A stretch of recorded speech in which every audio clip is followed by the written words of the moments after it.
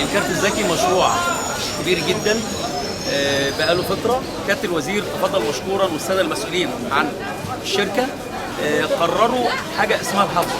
الحافظه دي هو كارت من غير صوره، قيمته 10 جنيه لمده 5 سنين.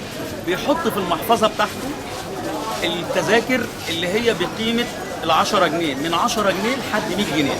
الرحله بتاعته بجنيه، كل ما بيعدي الرحله بتاعته بتنزل منها الجنيه. يعني نفترض ان هو الكارت جابه 100 جنيه، مع اول رحله في الذهاب تكتب له 99 على المكنه على البوابه نفسها، وفي محطه الوصول بتاعته بتكتب له 98 رحله اللي هم بالرحله دي. غير الاشتراك لمده 3 اشهر او مده سنه محدد القيمه بتاعته. وطبعا احنا الحمد لله دلوقتي الشعب كله يعني عارف يعني ايه كارت ذكي، يعني ايه هو نفس فكره الموبايل بالظبط. انت بتشيل معاك فلوس والمكنه بتخصم لك منها وبتريح نفسك.